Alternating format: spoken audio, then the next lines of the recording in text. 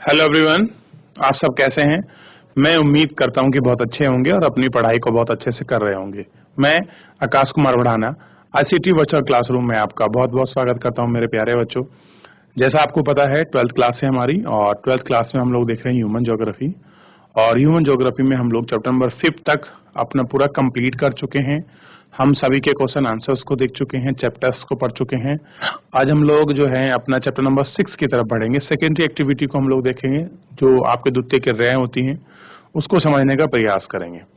जैसा मैंने आपको बताया कि जो आपकी सेकेंडरी एक्टिविटी है, मेनली उनमें हम लोग आपका जो भी आपका बी निर्माण संबंधित आपकी चीजें होती हैं, जो भी आपका प्रोडक्शन होता है, कंस्ट्रक्शन का हो या फिर कोई आपके नई प्रोसेस का हो या फिर किसी चीज का हम लोग आपको प्रोडक्शन कर रहे हैं, उन्हीं के विषय में हम लोग सारी चीजों पर बात करने वाले हैं। इन सभी चीजों को हम लोग एक एक करके इनको देखेंगे। क्लियर है? और हाउ टू यूज ये सब जो आपकी चीजें हैं, इन पर हम लोग अपना अच्छे से क्लैरिफिकेशन देंगे और आप चीजों को जो इनकी आपकी इंपॉर्टेंस है हम इनको समझते चलेंगे। क्लियर है? तो बच्चों, अगर कोई भी आपको डाउट बनता है, कोई भी आपको क्वेरी आती है, तो आप मुझसे लाइव जुड़कर चैट के माध्यम से आप अपनी क्वेरी को, आप अपने प्रश्न को, अपने डाउट को मुझसे पूछ सकते हैं। कोई भी स्कूल का कोई भी बच्चा। तो हम चलते हैं सीधा डिजिटल बोर्ड की तरफ। देखिए, तो बच्चों चैप्टर हमारा ये है लेसन नंबर 6, और इसमें हम लोग आपका देख रहे हैं द्वितीय क्रिया।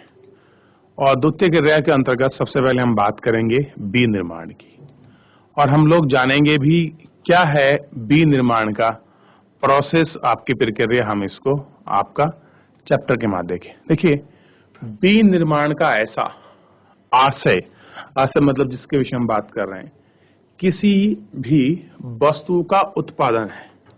क्या है? किसी भी वस्तु का क्या है? उत्पादन है। ध्यान रखना, ठीक है। अगर आप किसी चीज का प्रोडक्शन कर रहे हैं, उसमें हम सबसे पहले बी निर्माण के मीनिंग को समझते हैं।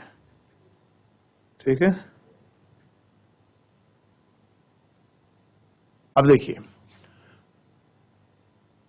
क्या है, अब किसी वस्तु के उत्पादन का है कि हम देखेंगे कोई वस्तु है, उसका जो उत्पादन है, उसके उत्पादन को हम लोग थोड़ा सा आपका समझने का और आपका इन सब चीजों को जानने का हम लोग आपका प्रयास की हम लोग बात कर रहे हैं। ठीक। अब देखिए, हस्तशिल्प कार्य से लेकर लोहे व इस्पात को गढ़ना, प्लास्टिक के खिलौने बनाना, कंप्यूटर के अति सूक्ष्म घटकों को जोड़ना, अंतरिक्ष यानों का निर्माण इत्यादि सभी प्रकार के उत्पादन को निर्माण के अंतर्गत ही माना जाता है। अब देखिए, चाहे तो आप कोई हाथ की कोई चीज बना रहे हो, चाहे लोहा या इस्पात का कुछ आप गढ़ रहे हो, चाहे आप प्लास्टिक के आप खिलौने बना रहे हो, चाहे आप कंप्यूटर के अति सूक्ष्म घटकों को जोड़ रहे हो, या अंतरिक्ष यान की जो चीजें हैं, इन सभी को कुछ देख रहे हैं। इन सभी का हम कुछ भी, अगर आप किसी प्रकार का कुछ भी उत्पादन करते हैं या कुछ भी मापते हैं, तो उनको हम क्या रखते हैं? उत्पादन के अंतर्गत रखते हैं। बी निर्माण की सभी प्रक्रियाओं में कुछ सामान्य विशेषता होते हैं। कह रहे बी निर्माण के जो कुछ सामान्य आपकी विशेषता है, वो सब इसके अंतर्गत ही आपकी क्या है? इनक्लूडेड है। जैसे शक्ति का उपयोग, एक ही प्रकार की वस्तुओं का शिल्प उत्पादन, और कारखानों में विशेष श्रम को जो मानक वस्तुओं का उत्पादन करते हैं। अब देखिए, वस्तुओं का जो होता है विशाल उत्पादन होता है, और कुछ कारखानों में जो आपके विशिष्ट मजदूर होते हैं, वो कुछ स्टैंडर्ड जो आपकी वस्तु हैं, ये कह सकते जो गुड्स हैं, वो उनका क्या करते हैं? आपका प्रोडक्शन करते हैं। बी निर्माण आधुनिक शक्ति के साधन एवं मशीनरी के द्वारा पुराने संसाधनों द्वारा किया जाता है। तृतीय, विश्व के अधिकांश देशों के निर्माणों को भी अभी शाब्दिक रूप में प्रयोग करता है। और कह रहे हैं कि जो आपका तीसरा जो विश्व में है, आप देखेंगे अधिकतर जितने आपके विनिर्माण के अगर आप शाब्दिक चीजों का प्रयोग करेंगे वो सब इसके अंतर्गत है। इन देशों में सभी विनिर्माताओं को संपूर्ण रूप से चित्रण करना कठिन है। कैसा है? इन सबको चित्रण करना कैसा है? वो आपका कठिन है। ठीक, इनमें औद्योगिक क्रियाओं के उन प्रकारों पर बल दिया जाता है जिसमें उत्पादन को हम कम जटिल तंत्र के लिए जाता है। अब देखिए, जहां प्रोडक्शन का क्या हो, कम आपका जटिल तंत्र हो। ठीक, इन सभी चीजों को इसमें देखा जाता है। क्लियर है? तो ये आपको थोड़ा सा ध्यान रखना है और ये सारी चीजों को थोड़ा सा आपको गौर करके इसमें आपको चलना है, ताकि सारी चीजें जो रहें आपके बिल्कुल साफ और स्पष्ट आपको तैयार रहें और आपको इनके विषय में भी जो है पता होना चाहिए। ठीक है ना?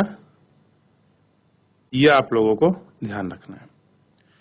तो अभी जितना हमने समझा है कि विनिर्माण प्रोसेस जो है वो क्या है, ये सारी चीजें इसमें आपको समझ आनी चाहिए। ठीक है?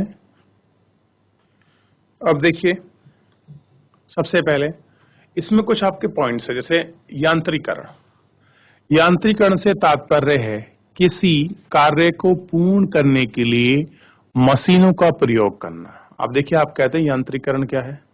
आप कोई भी चीज कर रहे हैं, किसी का भी कार्य कर रहे हैं और कोई मशीन के माध्यम से कर रहे हैं, तो हम इसको क्या बोलते हैं? यांत्रिकरण। स्वचालित निर्माण प्रक्रियाओं के दौरान मानव की सोच सम्मिलित किया गया है और कह रहे हैं कि मानव की जो सोच है उसके ऊपर ये डिपेंडेबल है। उन्हें निवेशन एवं संवर्तन पासा कंप्यूटर नियंत्रण प्रणाली से संयुक्त स्वचालित कारखाने, मशीन और सोचने के लिए आपका विकसित किया जाता है। इन सब चीजों को आपका सोचने के लिए इस पर आपका विकसित किया गया है। ठीक है? क्या किया गया है? इसको आपका विकसित किया गया है। ये आपको देखना है। ठीक, आगे देखिए, इसी में अगली चीज है प्रौद्योगिकी नवाचार। जो हमारी नई नई टेक्नोलॉजी है उसका जो आपका नवाचार है उसके विषय में अगर हम लोग देखें तो देखिए, प्रौद्योगिकी नवाचार शोध एवं विकास समान युक्तों के द्वारा निर्माण की गुणवत्ता को यांत्रिकरण करने, अपशिष्टों का निस्तारीकरण यानी इनको निपटाने, अदक्षता को समाप्त करने तथा प्रदूषण के विरुद्ध संघर्ष करने का महत्वपूर्ण पहलू है। क्या कह रहे हैं? ये सारे आपके जो हैं महत्वपूर्ण पहलू हैं। चाहे आपका प्रौद्योगिकी आपका नवाचार हो, शोधन या विकास युक्त जो हैं, इन सब में ये सारी चीजें हो, ये क्या है? संसाधन के आपके सब नवीन युक्त आपकी गुणवत्ता परख की जो आपकी चीजें हैं, ये सब इनके अंदर ही अपशिष्ट रूप से आपका दहन है और इनका क्षमता के रूप में प्रयोग है। ठीक है, ये पता होना। और प्रदूषण के विरोधी संघर्ष का जो महत्व है आप इसको समझ सकते हैं। ठीक, देख रहे हैं ना कि नवाचार जो प्रौद्योगिकी है, नई टेक्नोलॉजी है, वो किस प्रकार हमारे लिए बेनिफिशियरी है और कैसे हमारे लिए जो लाभ है वो उनको सुनिश्चित करती है। चलिए, तो इतना आपको ध्यान रखना था। आगे देखते हैं थोड़ा सा हम लोग इसी में।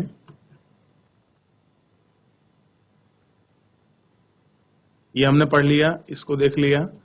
अब थोड़ा सा हम लोग आगे देखते हैं। अगला है संगठनात्मक ढांचा एवं स्थिरीकरण। देखिए, आधुनिक निर्माण की विशेषता है, क्या विशेषता है कि एक जटिल औद्योगिक यंत्र अत्यधिक विशिष्टीकरण एवं श्रम विभाजन द्वारा कम प्रयास एवं अल्प लागत से अधिक माल का उत्पादन करना। कैसा है बच्चों? अत्यधिक विशिष्टीकरण एवं श्रम विभाजन द्वारा कम प्रयास एवं अल्प लागत से अधिक माल और उत्पादन का ये करना। ठीक है, करना। थर्ड पॉइंट है अधिक पूंजी, बड़े संगठन एवं प्रशासकीय अधिकारी वर्ग। ये क्या है, ये सारी चीजें इसमें पॉइंट आउट हैं, आप इनको देख सकते हैं, आप इनको समझ सकते हैं। क्लियर है? ये क्या है, सब इसके इंपॉर्टेंट पॉइंट्स हैं। क्लियर है? ये आपको ध्यान रखना है। चलिए, तो इतना आपने देख लिया और इसको समझने का आप लोग प्रयास भी करिए। आगे देखिए, अनियमित भौगोलिक वितरण को थोड़ा सा देख लेते हैं। आधुनिक निर्माण के मुख्य संकेंद्रण कुछ ही स्थानों में सीमित है। कह रहे जितनी भी आपकी मॉडर्न चीजों की जो यूनिट है वो किसी जगह पर आपका सेंट्रलाइज है। निर्माण के कुछ स्थलीय भागों के 10% से कम ही भूभाग पर इनका क्या है, एक्सपेंड इनको देखने को मिलता है, विस्तार देखने को मिल रहा है। देश की आर्थिक एवं राजनीतिक शक्ति के केंद्र बन गए हैं। क्या बन गए हैं कि देश की जो आर्थिक और राजनीतिक केंद्र हैं वो आपके बन गए हैं। कुल क्षेत्रों का आच्छादित करने की दृष्टि से विनिर्माण स्थल प्रक्रियाओं को अधिकता गहनता के कारण बहुत कम स्पष्टता है और कृषि की अपेक्षा बहुत छोटे क्षेत्रों में संकेंद्रीकरण है। उदाहरण के लिए तौर पर अगर हम लोग देखें तो अमेरिका में मक्का की पेटी 2.5 वर्ग किलोमीटर क्षेत्र में साधारणतः 4 बड़े फार्म होते हैं जिनमें 10 से 20 श्रमिक काम करते हैं, जिसमें 50-100 मनुष्य का भर पोषण होता है। कितना होता है कि 50 से 100 लोग ही अपना खाना पीना जो चीजें हैं उनको कर सकते हैं। परंतु इनमें ही क्षेत्र के अनेक बृहद समकालिक कारखानों की समाविष्ट किया जाता है और हजारों श्रमिक रोजगार पाते हैं। अगर ये चीज आपके बड़े मार्क्स लेवल पर कारखाने हो तो क्या हो सकता है कि हजारों लोग क्या कर सकते हैं, वहां अपना रोजगार दे सकते हैं। जबकि मक्का की छोटी सी पेटी में क्या कर सकते हैं, 10 से लोग कार्मिक श्रमिक होते हैं, 10 से 20, और जिसमें 100 से 50 लोगों का भरण पोषण हो सकता है। यानी कि कैसा है, ये एक बहुत कम लेवल पर है।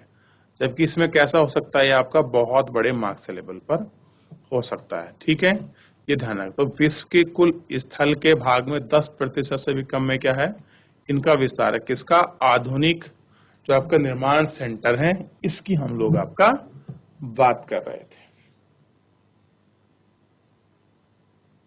क्लियर है? ध्यान रहेगा इतना।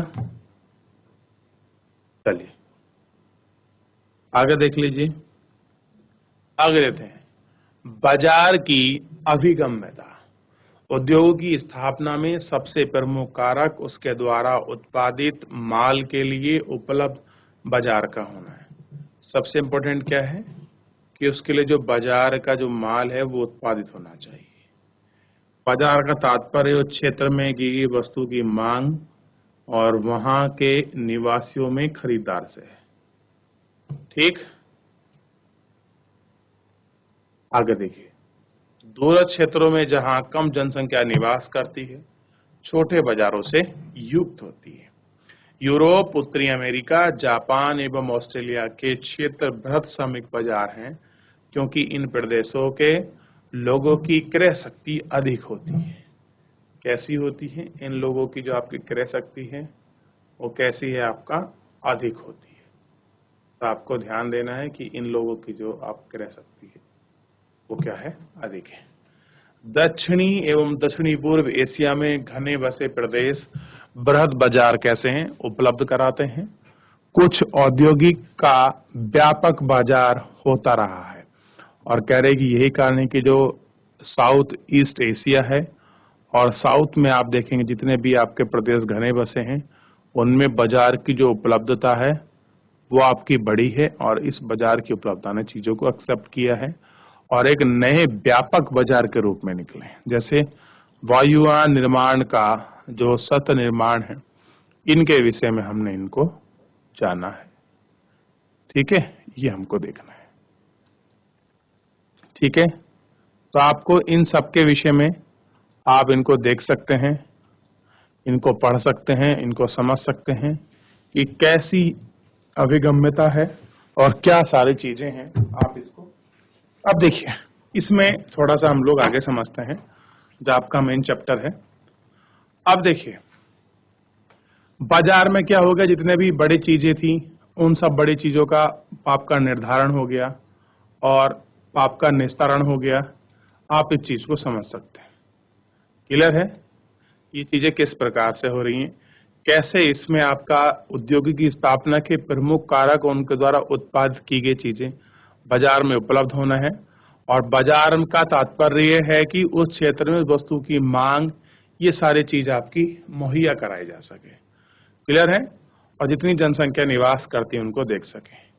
उत्तरी अमेरिका, जापान, ऑस्ट्रेलिया में बृहद क्षेत्रों में बाजार है। देखिए, आप नॉर्थ अमेरिका को देखेंगे, जापान को देखेंगे, ऑस्ट्रेलिया को देखेंगे, अब बड़ी जो आपकी मार्केट्स हैं, यहाँ वो बड़ी मार्केट्स आपकी डेवलप है। तो इन सभी बड़ी मार्केट्स को आप बहुत अच्छे से देख सकते हैं और पहचान भी सकते हैं। ठीक, आगे देखिए, कुछ उद्योगों का व्यापक बाजार होता है, जैसे वायुयान निर्माण एवं शस्त्र निर्माण। अब देखिए, कहीं कर क्या है कि बहुत जगह आपका डेवलपमेंट जो है वो बहुत बड़े मार्क्स लेवल पर है। अब इसमें अगर हम बात करें, दूसरा वो है कच्चे माल की प्राप्ति की अभिगम्यता, की कच्चा माल कैसे सुलभता से प्राप्त हो। अगर इसके विषय में थोड़ा सा हम लोग देखें तो उद्योग के लिए कच्चा माल अपेक्षाकृत सस्ता एवं सरल है। कैसा है? कच्चा माल सस्ता एवं सरल है। परिवहन योग्य होना चाहिए। भारी वजन, सस्ते मूल्य एवं वजन घटाने वाले पदार्थ अयस्क पर आधारित होते हैं। कच्चे माल के स्रोत स्थल के समीप ही रहते हैं, जैसे इस्पात, चीनी एवं सीमेंट उद्योग कच्चे माल के स्रोत के समीप औद्योगिक एवं पदार्थ का निष्टीकरण शीतलन एक अनिवार्य क्या है? कारक है। कृषि प्रसंस्करण एवं डेयरी उत्पाद क्रम से कृषि उत्पादन क्षेत्रों में अथवा दुग्ध आपूर्ति स्रोत के समीप ही संसारित किए जाते हैं। ठीक है, इनके जो अंतर्गत हैं, ये सारी चीजें क्या होती हैं? इनके अंतर्गत ही आपका होती हैं और इन पर थोड़ा सा आपको ध्यान देना है। तो जितना अभी हमने पढ़ा है और जितना हमने देखा है, इसमें कुछ भी अगर किसी बच्चे का कोई डाउट है तो आप मुझसे पूछ सकते हैं। मेरे प्यारे बच्चों, देखिए, सारे मीडियम आपके पास खुले हैं। आप लोग लाइव जुड़कर चैट के माध्यम से आप अपनी क्वेरी को, आप अपने डाउट्स को आप मुझसे पूछ सकते हैं मेरे प्यारे बच्चों। तो किसी का कोई डाउट, किसी कुछ पूछना है?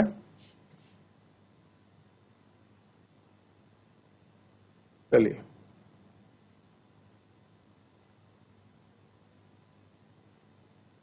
याद रहेगा इतना?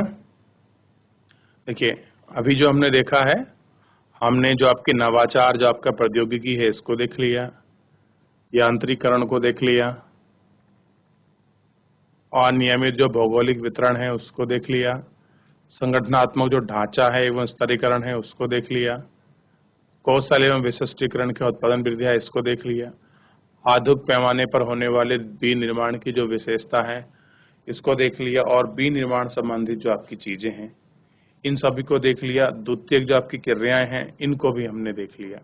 तो इसी में हम जितने भी मेन इम्पोर्टेंट जो पार्ट्स हैं उनको हम लोग आपका देख रहे हैं और उसी पर हम लोग अपनी बात कर रहे हैं। बड़े पैमाने पर लगाए जाने वाले उद्योग विभिन्न स्थितियों का चुनाव क्यों करते हैं?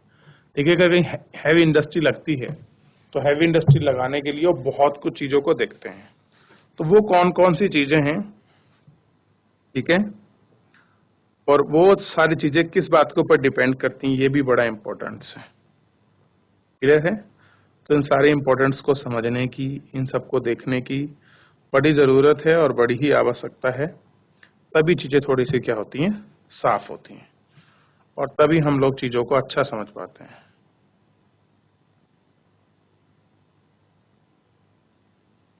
क्लियर है? तो चलिए, किसी बच्चे का कोई डाउट?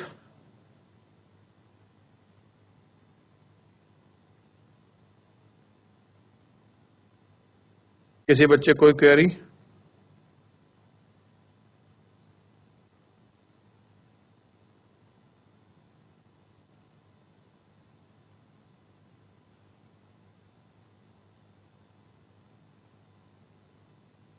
कोई डाउट नहीं है? कोई क्वेरी नहीं है? आगे देख लेते हैं। श्रम आपूर्ति तक अभिगम्यता। उद्योग की अवस्थिति में श्रम एक प्रमुख कारक है। यह कह रहे हैं कि जो लेबर है वो आपका इंपॉर्टेंस ऑफ फैक्टर है, वो आपका इसमें इंपॉर्टेंस आपका रोल प्ले करता है। ठीक है। यांत्रिकरण, स्वचालन एवं औद्योगिक प्रक्रिया में लचीलेपन ने उद्योग में श्रमिकों पर निर्भरता, जो आपकी निर्भरता थी, जो आपका डिपेंडेबल था, वो कम करे। निर्भरता को क्या कर दिया आपका, कम कर दिया है। जब से आपकी मशीन आई है, ऑटोमेटिक मशीन आई है, और नई जो आपकी इंडस्ट्रियल जो आपकी प्रोसेस है, उसने थोड़ा जो आपका लेबर है उसका डिपेंडेबल को थोड़ा सा कम किया है। फिर भी कुछ प्रकार के उद्योग में अभी भी कुशल श्रमिकों की आवश्यकता होती है। कह रहे कुछ भी आज भी ऐसी इंडस्ट्री है जिनमें आप देखेंगे जो आपके कुशल श्रमिक हैं, उनकी क्या है, उनकी आवश्यकता होती है। तो कौन कौन से हैं वो उद्योग, कौन कौन सी वो सारी चीजें की आपकी जरूरत है जिनको हमको देखना है। क्लियर है? तो इन पर हम लोग आपका बात भी करेंगे और एक एक करके हम इनको आपका देखेंगे भी, क्या इनकी जरूरत है। ठीक है।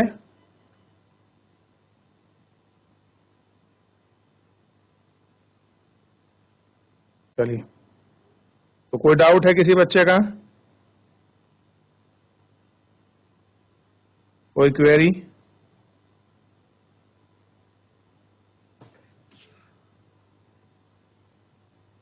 फिर भी कुछ प्रकार के उद्योग में अभी कुशल श्रमिकों की आवश्यकता है। अब देखिए, शक्ति के संसाधन की अभिगम्यता। वे उद्योग जिन्हें अधिक शक्ति की आवश्यकता होती है, शक्ति का पर्पस है ऊर्जा से, एनर्जी से, वे ऊर्जा के स्रोत के समीप लगाए जाते हैं। जैसे एल्युमिनियम उद्योग। प्राचीन समय में कोयला प्रमुख शक्ति का संसाधन था, पर आजकल जल विद्युत एवं खनिज विद्युत भी कई उद्योग के लिए शक्ति का महत्वपूर्ण संसाधन है। कैसा है आपका,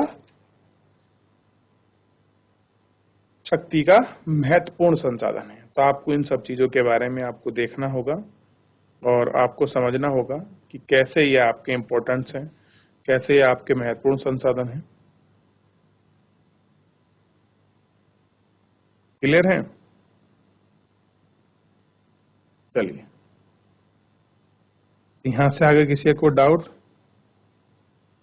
अब है बात करेंगे आपका परिवहन एवं संचार के सुगम की जो सुविधा की जो अभिगम्यता है, इसको देखते हैं। कच्चे माल को कारखाने तक लाने के लिए, परिष्कृत मतलब उनको फिल्टर करने के लिए, सामग्री को बाजार तक पहुंचाने के लिए तीव्र और सक्षम परिवहन की सुविधा होती है।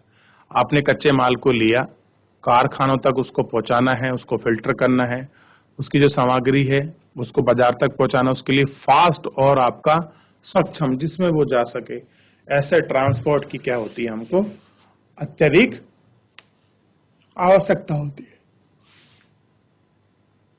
और क्या करें हम, जो परिवहन की लागत है, उस परिवहन की लागत इकाइयों की अवस्थिति को निश्चित करने में आपके क्या होते हैं, इसका महत्वपूर्ण कारक है। क्या है, इंपॉर्टेंस आपके रोल्स है।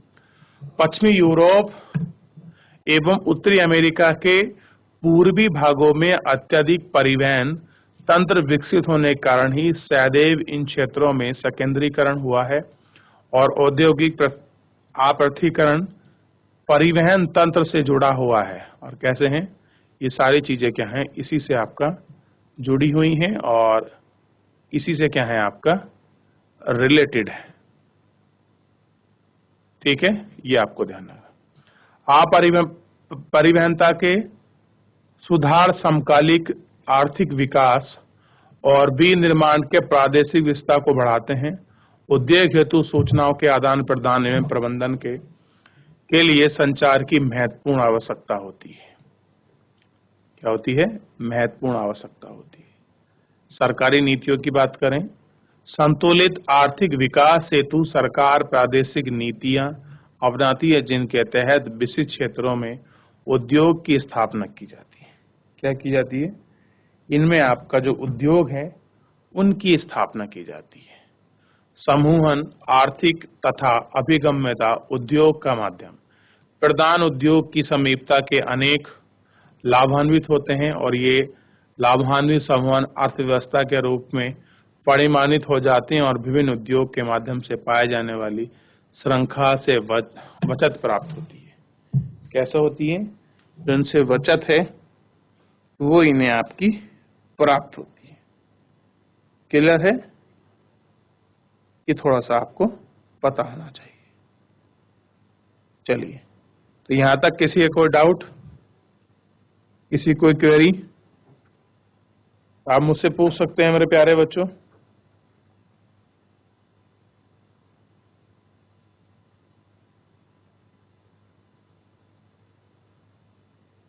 अगर आपकी कोई क्वेरी है,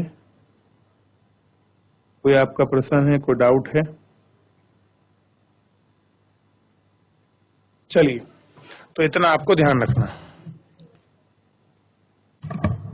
तो ये सारी चीजें क्या थी? आपके लिए महत्वपूर्ण थी, इंपॉर्टेंट थी और उपयुक्त सभी के जो कारण सम्मिलित वो सारी चीजों का जो आपका निर्धारण है वो इसके अंतर्गत आपका किया गया है। आप इसको देख लीजिए। कल हम बात करेंगे स्वच्छ उद्योग जो हैं, इनके विषय में हम लोग कल आपका अच्छे से देखेंगे और कल इनकी अच्छे से हम लोग आपकी चर्चा भी कर लेंगे, जिन पर हम लोगों को बात करना है। तो मेरे प्यारे बच्चों, आज हमने आपका विनिर्माण के लिए जो चीजें इंपॉर्टेंट थी, जो बहुत सारे फैक्टर थे जिनकी उपलब्धता होनी चाहिए, उनके विषय में देखा। तो फिलहाल आज के लिए इतना ही। मिलते हैं कल के लेक्चर में। तब तक अपना ध्यान रखिए, स्वस्थ रहिए, अपनी पढ़ाई को बहुत अच्छे से करते रहिए। मुझसे जुड़ने के लिए आपका बहुत बहुत धन्यवाद।